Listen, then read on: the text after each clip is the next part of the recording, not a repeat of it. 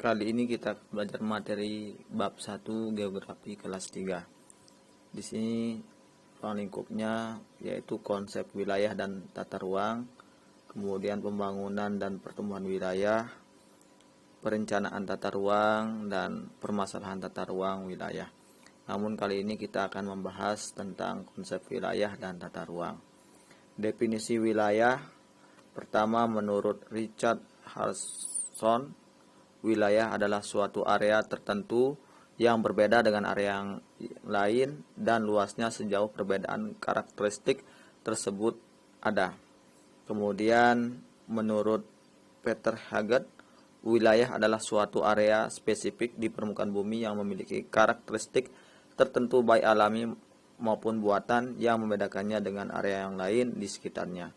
Kemudian kesimpulannya adalah wilayah itu suatu area yang spesifik di permukaan bumi yang memiliki karakteristik tertentu, baik alami maupun buatan yang membedakannya dengan area yang lain di sekitarnya. Karakteristik di sini itu maksudnya adalah hal-hal yang dominan. Ketika ada sesuatu yang memiliki karakteristik atau hal-hal yang dominan, maka wilayah tersebut akan terbentuk sesuai dengan karakteristik yang bersangkutan. Selanjutnya istilah-istilah dalam wilayah.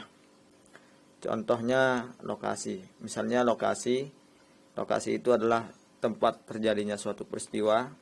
Kemudian ada daerah. Daerah itu suatu wilayah teritorial yang memiliki batas administrasi. Contohnya desa Jenggi, desa Rarang, kecamatan Trara, kabupaten, provinsi, dan seterusnya. Kemudian kawasan itu suatu wilayah yang dibentuk berdasarkan tujuan tertentu. Contohnya kawasan industri, kawasan kerajinan, dan sebagainya. Kemudian karakteristik pembeda wilayah. Karakteristik wilayah menurut Peter Haggett, pertama di sini adalah wilayah alami atau wilayah yang terjadinya dengan dirinya sendiri. Contohnya daerah pegunungan, pesisir, kebun, hutan, dan sebagainya. Kemudian ada wilayah buatan, contohnya kawasan industri, desa wisata, dan tempat rekreasi. Kemudian dampak perubahan wilayah.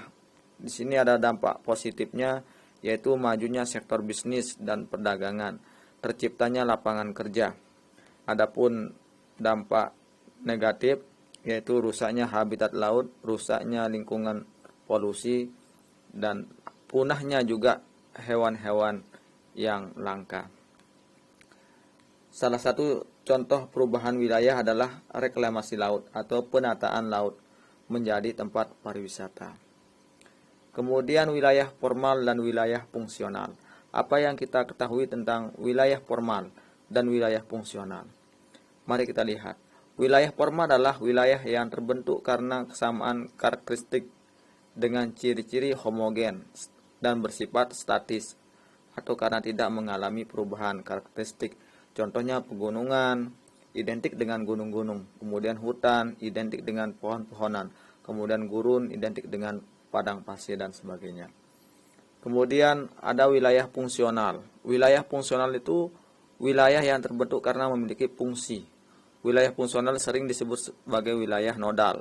Ciri-cirinya adalah heterogen, dinamis, atau berubah-ubah karena berinteraksi manusia dengan lingkungan atau sebaliknya. Contoh misalkan Surabaya menjadi kota pendorong kemajuan di Jawa Timur. Selanjutnya regionalisasi atau pewilayahan dan konsep tata ruang. Pewilayahan atau regionalisasi itu adalah pengklasifikasian wilayah berdasarkan kriteria tertentu yang membedakan antara suatu wilayah dengan wilayah lain untuk tujuan tertentu. Contohnya misalkan pembagian waktu dalam suatu wilayah di Indonesia, yaitu ada waktu Indonesia Barat disingkat dengan WIB, kemudian ada waktu Indonesia Tengah yaitu WITA, dan waktu Indonesia Timur atau WIT. Kemudian tata ruang itu apa sih? Tata ruang adalah wujud struktur dan pola ruang menurut undang-undang. Ini menurut undang-undang. Jadi kesimpulannya bahwa tata ruang itu bagaimana penataan atau pengaturan lingkungan atau wilayah yang memiliki struktur atau pola yang dikhususkan atau yang sudah direncanakan. Barangkali ini untuk materi kita saat ini, sampai ketemu nanti lagi di materi berikutnya.